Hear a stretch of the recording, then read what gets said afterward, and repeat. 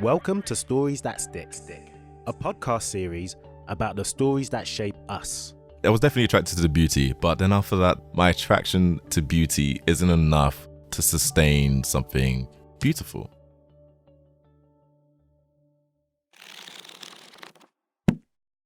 It's Ade here, your host for Stories That Stick. In today's episode, we have Axel Kacoutie, who's widely known as a sound designer for The Guardian's daily news podcast, Today in Focus. But I personally know him as an amazing sound artist and poet whose work has been featured on Channel 4's Random Acts, BBC 4's Shortcut, and BBC Radio 3.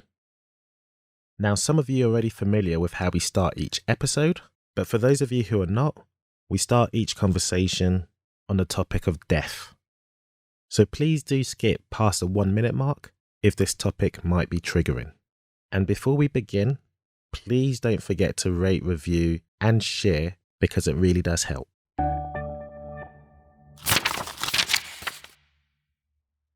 We've got Axel, and I love your surname, but I don't think I ever say it right, Kacoutié. Kacoutié, yeah. But how would you say it, with your Ivorian accent?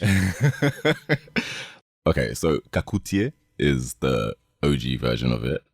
Anglicized, shall we say, is Kacoutié because you still got to honor that accent. But most people, they get scared when they see that, so it's Kacoutie, which is fine. But I've worked really hard to make sure that people say Kacoutié. And now being on a podcast that where the name drops is every day. Like I don't have to anymore. It's fine. It's great. I always kick things off with all my guests. We start talking about death. How do you feel about death? My knee-jerk reaction was just like to say, I love it, because it pretty much informs how everyone lives. Too often we think we are immortal, and we do stupid things because of it. Contextualizing that to you, do you think of death often, and then do you change your behavior based off of that? I could be quite nihilistic in the sense that none of this really matters because everything is transient, nothing is permanent. And I want to connect to the things that matter. Chasing money is not something I'm interested in. I mean, obviously we all got to eat, we all got to have a roof over our heads, but at the end of the day, like if I was able to inform through my work or through my words or just like my own presence being there with somebody and giving them perspective or peace or joy, those little things like that, I think that's what matters to you. Yeah. Well, yeah. Okay, well, let's actually find out more. And we're going to go into your past decade Just go do to a bit of figure digging. out the stories stuck with you. I see what you did there. Yeah. Okay.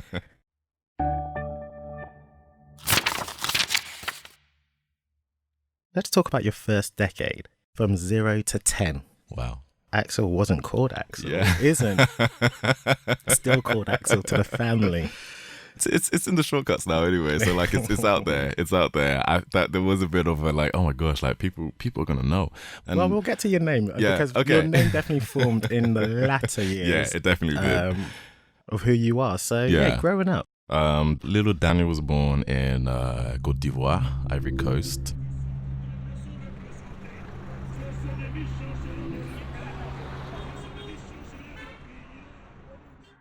Came in when I was 1. My first footsteps were in Heathrow Airport. My mum never fails to say, you know that bit where you wait for the luggage and put them on the trolley?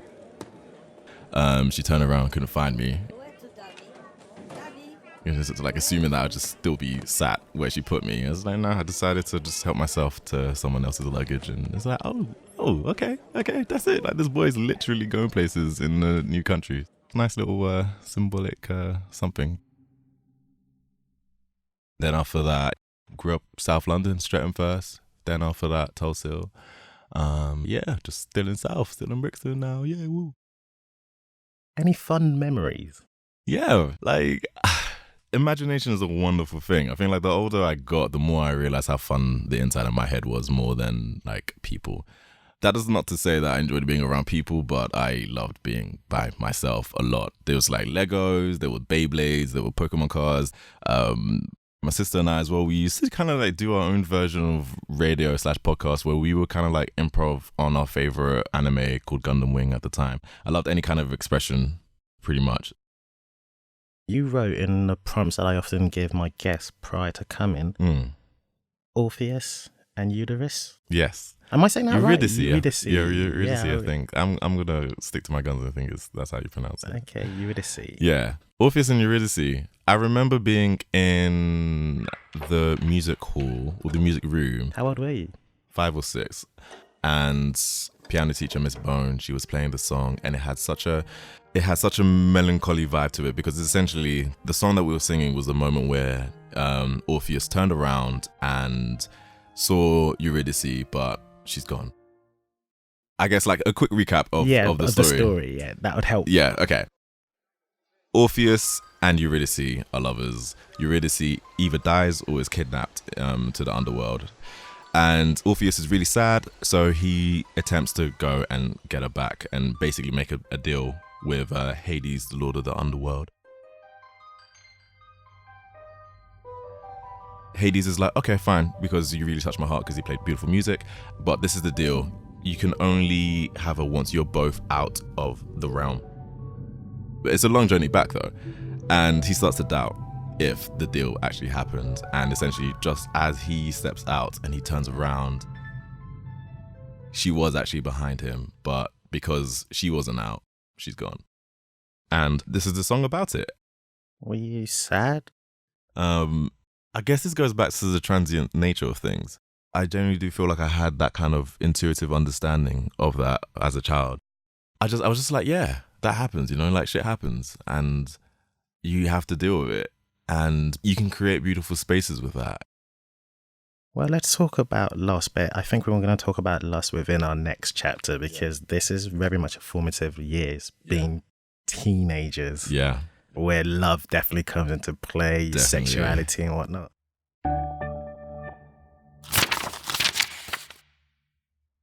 Axel in his teenage years. Yeah, this is Yeah, who were you? What was happening at the time?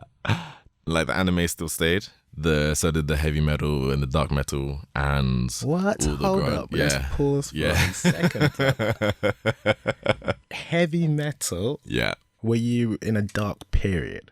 Or is that unfair? Because I think one often, and wrongly so, they stereotype those who listen to heavy metal as being quite emo, gothy, and the likes.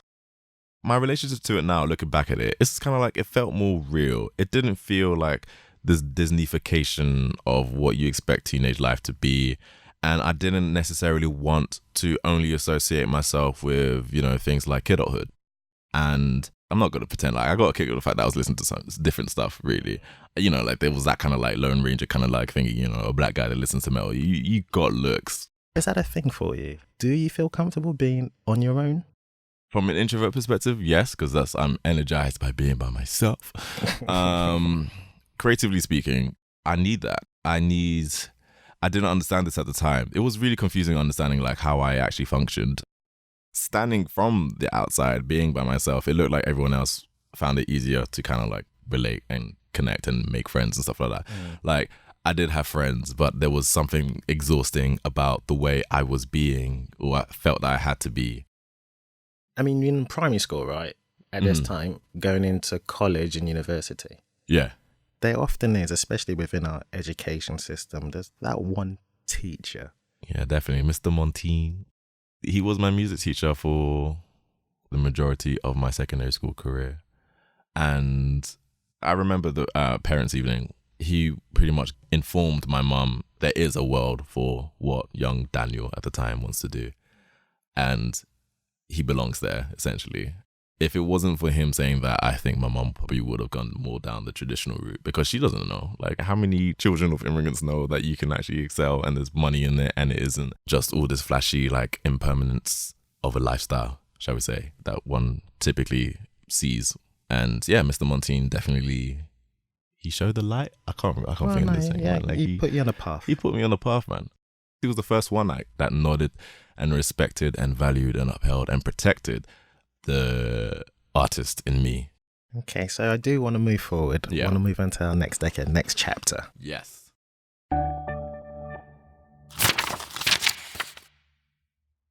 We're in our third decade and you're a millennial, so this is us bringing it to the present. How did you start seeing the career in which you do? What was your route?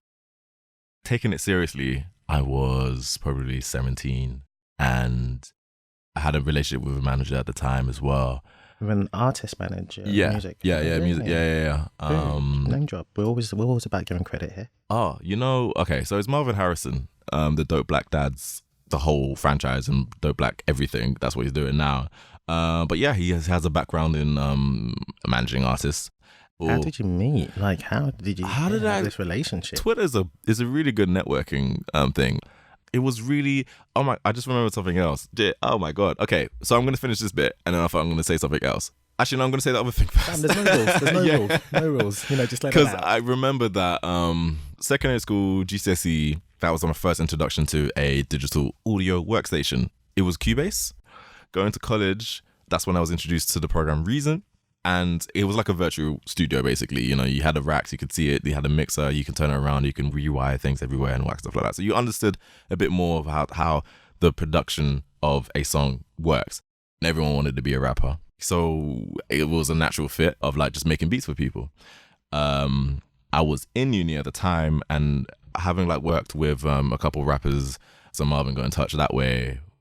I never realized this until this conversation, how much that informed what I do now. Just like interpreting established work, or literally just trying to make it as close as possible without making it sound like it's the song. Without plagiarizing. Thank you. How do you become a sound designer for an outfit like The Guardian? It was a headhunt at The Guardian. I didn't reach out. And I think the best way I can answer that question is to reflect upon the things that I just did myself. Because really, that's how I got there. I went to uni at Ravensbourne studying music production for media. And during the time I was there, it was 2012, the Olympics were happening. I was on work experience.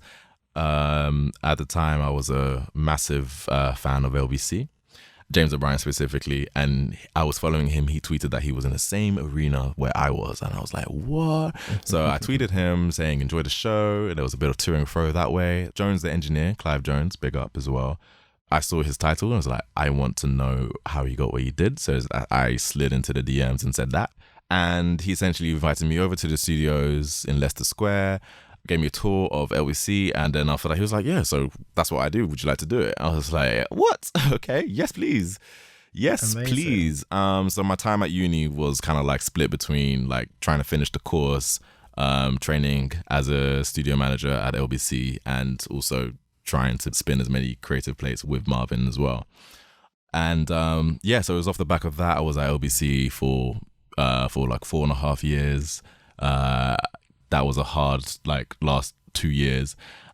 Do you want to speak on that? Yeah, I mean, it's just, again, it's linked to the whole thing about being sensitive and how much you absorb. And like the daily news cycle, in many respects, is anti-black.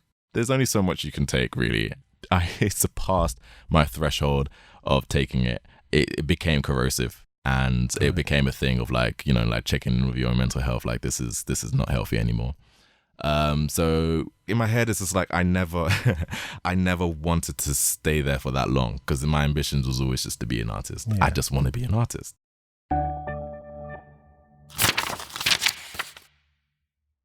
Your artist name and what you are known for is Axel. Yeah. How did that come about? So a friend who came to visit me, he's also a DJ / producer. He came around one time and he heard my mum call me Axel, and probably telling me off for something that I should have done that I didn't do. And he was like, why does your mum call you Axel? And I was like, no, it's my middle name and that's what she calls me. And it's like, you should call yourself that. It's like, yeah, why not? And that's how it stuck. So like, and for me, I was always like, what is my artist name going to be? Because like at that time, I was DK. I had other ideas that had the name Dragon in it. And I'm glad that I like, for me, like Axel was just kind of like, I'm so glad I don't have to make up something shit, because it's Axel Kacoutie, like it that's bangs. no one is called that, and to the point where I'm less mistaken than someone in a pub quiz. Oh yeah. Yeah, man, like The Guardian has definitely like leveled up my profile in ways that I couldn't imagine. And for example, there was just one night I was like just before bed, either in a South American pub or a pub somewhere in Europe, this guy tweeting saying they won a pub quiz and their pub quiz team name was my name. So it was literally Team Axel Kacoutie.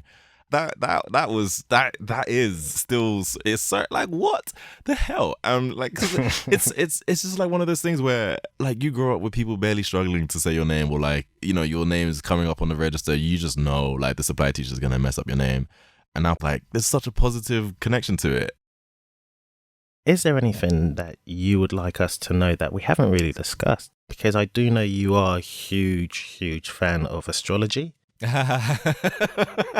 And, you know, you've actually done really well for us really not touching on it. I can't believe it. Yeah, man. I feel like, yeah, I mean, I know, man. We've had many conversations where I'm like trying to get to know people, and it's going to be a matter of time until I ask them what sign they are, and specifically what sun sign they are, because obviously there is layers to astrology, which is why I appreciate it a lot more, because it's not the simple pop astrology that just says, because you're a Taurus, which Ade is, you know, you're going to act like this, you're avarice, or you're very possessive or stubborn and blah, blah, blah. It's like, nah. And I kind of see our sun signs to be like a verb rather than a noun. So like, you are Taurusing and I am Ariesing, like, if we're going to make up words here. Because they all have, like, I mean, like all typologies, you know, it does play into stereotypes, but there's nuance in the typologies. And with astrology, it's the poetry of astronomy. You know, and again, I love poetry. I write poetry, and I feel like it just feels like such a natural interest into how one can understand themselves. And there seems to be a system that works in the sense, like, based on the time and location and the date you were born, it informs the type of person you are becoming, not who you are. Even just that as a riddle, to be honest, is why I'm so fascinated by it, because there is a consistency around it all. And it's great to just contemplate on, really. And I think, yeah, astrology was definitely a strong, like, it was a gateway into understanding the self a lot more. There are many avenues, but that was one of them. Funny that you mentioned that, because this then almost reminds me of your final book before we do leave, The Struggle for Integrity. Yes. By James Baldwin. Yes, and that in fact it's not a book, it's his speech, well, a speech that he's done. I really don't like words like artist or integrity or courage or nobility. I have a kind of distrust of all those words because I don't really know what those words mean. The artist's struggle for integrity is essentially an artist awakening, really. It's like when they realize that they are different. Other people know that they're different and they can't do anything about it. And yet, one's compelled to recognize that all these imprecise words are kind of attempts made by us all to get to something which is real and which lives behind the word. I kind of like listen to that speech like every 3 to 4 months, just to check in with one myself and just to see if I'm still on track. I feel like I've adopted Baldwin as my artistic father in many respects, just with just how powerful his insight was. Is that I am an artist. There is such a thing. There is such a thing as integrity. Some people are noble. There is such a thing as courage.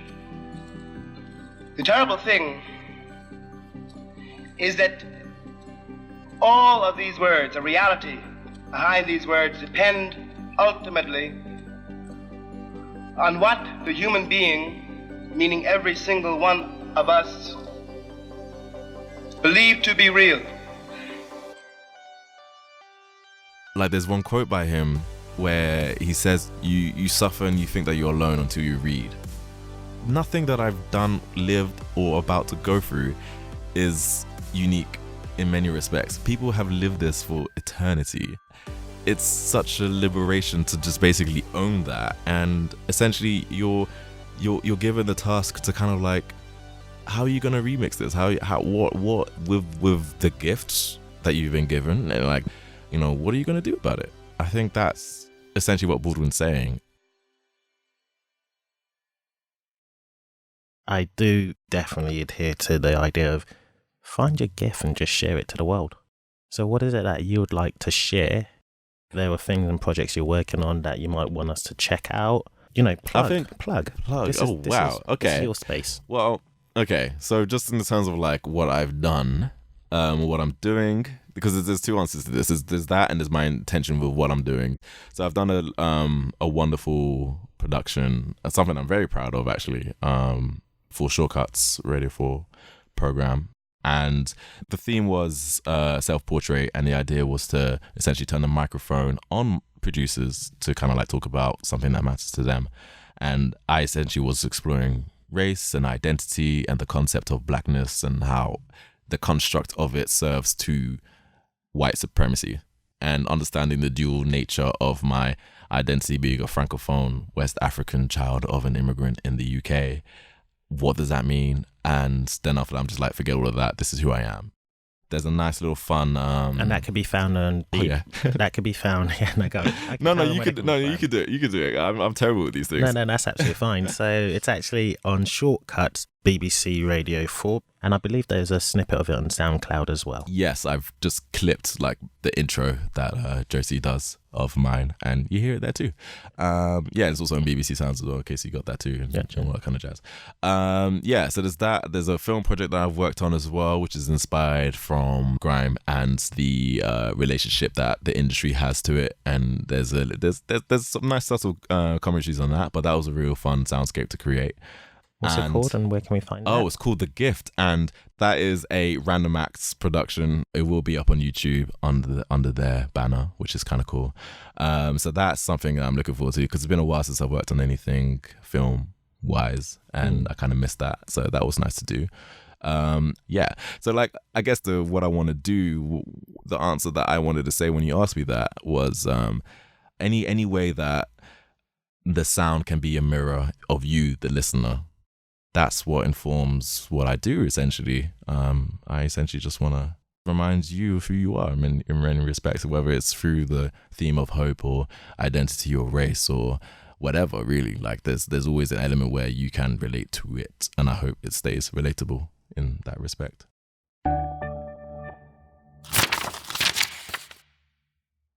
We did start a conversation about death, and it's very apparent that actually death for you is a shadow. Right? And it's a part of you. Yeah. If you could take anything materialistic in this world to this greater realm, what would you take with you? A pen and paper that doesn't run out, because I'm sure that there will be a lot to talk about on the other side, and you gotta bear witness to it, and you gotta write it down, basically. Axel, it's been an absolute pleasure. Thank you. Where can we find you on the World Wide Web? Twitter, Instagram, and my SoundCloud are the best places. If you just search my name, Axel Kacoutie. And how do you spell your surname for those? Kacoutie. Don't worry about the accent, because it's not important. It'll pop up, yeah. So Axel's AXEL as well, guys. Yes. Honestly, Axel, it's been an absolute pleasure. Thank you. Thank you for sharing your voice on Stories That Stick. Thank you for having me, Ade. I think like the season finale, we should do a little role reversal here, because season finale. Just so we get to know about the man behind the microphone as well. Have you got season finale money out here? I will find the money. We will do this, because I think like it's. I equally think it's important to know about what my guy's been doing here, because the conversations that we have off mic as well. Don't gas me. Wait.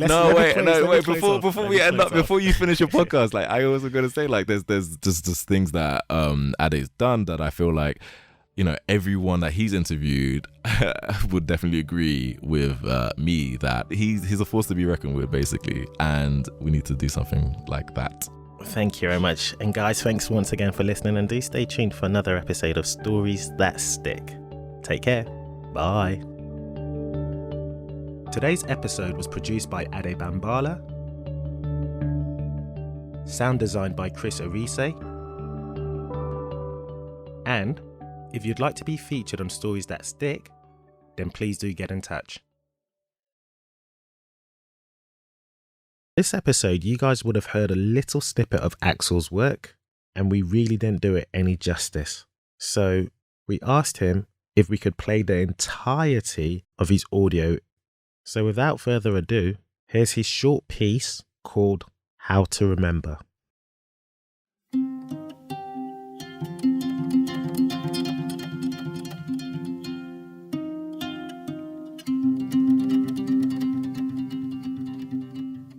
You don't know what it means to be black because you don't know what it means to be one thing. Who is when you know you're a brother and a son, a lover and a friend? Sometimes you say you're Ivorian, and other times you say je suis Ivoirien, which means you feel more French than British until you go to France, where your French isn't French enough.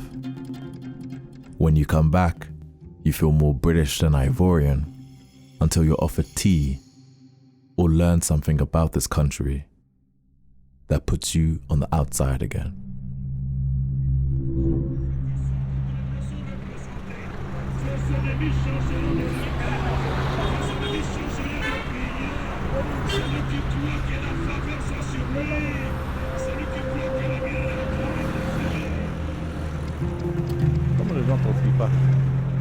So you work and save enough to buy a ticket to fly back to where you were born.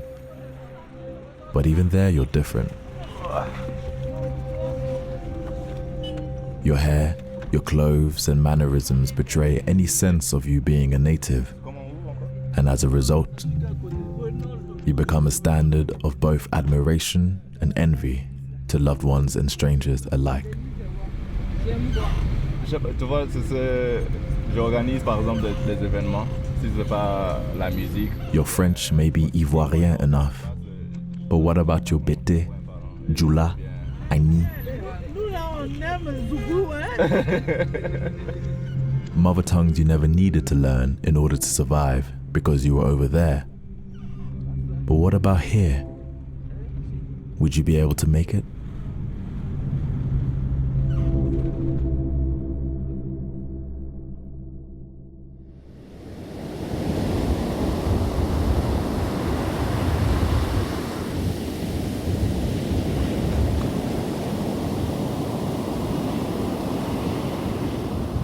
And just like that, after all the questioning, the doubts and endless soul searching, you accidentally find yourself on the outside again. But this time it's okay, because you weren't pushed. You're on the beach at the edge of the world, and it's warm here as well as kind. You have the time, space, and the sea to remind you of who you are before the world told you you were black.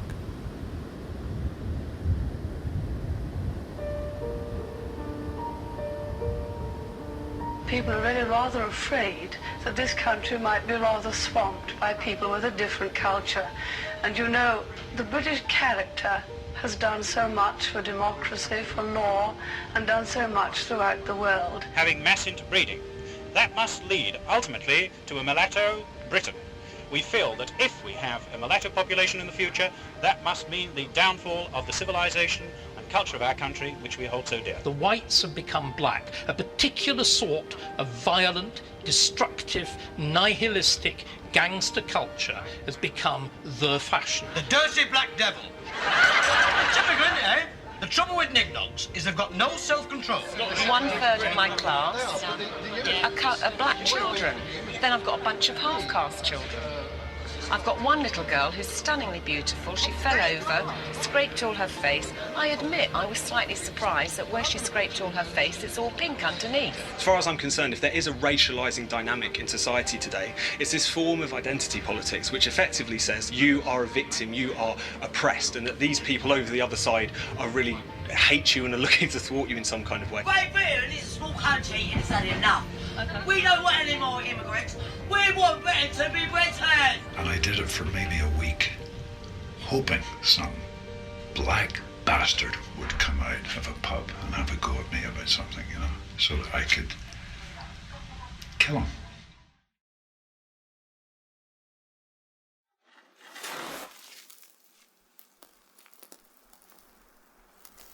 You had to dig deep to find it, to make sense of yourself again.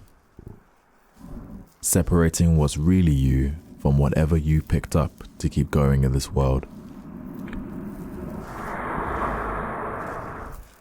It can be both liberating and terrifying because maybe, for the first time, you learn you're not the familiar mask you have to wear. You're not this terrible thing that needs to be grateful for being here, and you don't need to soften the letters of your name for them to say it. You have never been too loud or too smart, an angel or the devil. In fact, you have never been any of the things you mysteriously felt obliged to be because you realize it's never been about you. You are black because you need to be, because they need you to be, in order to stay white.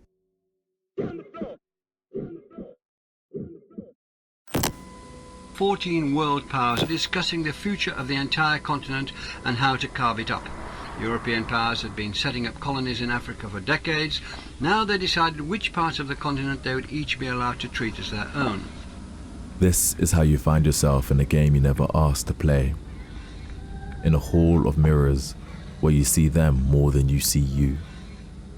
But you can't afford to forget yourself, because knowing who you are is your way out.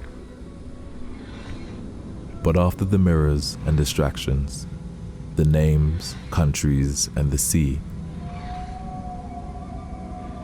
after finding yourself on the outside, this time alone in the dark, separating from what you're not, can you truly say who you are?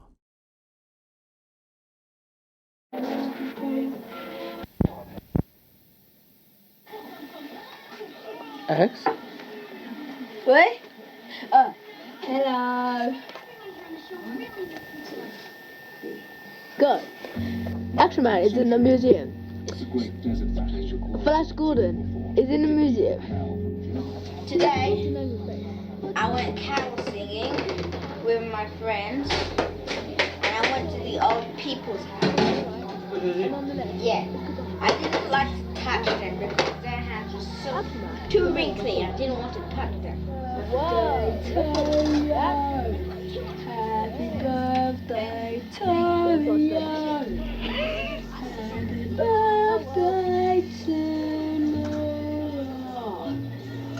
Happy birthday to you. Make your wish, man.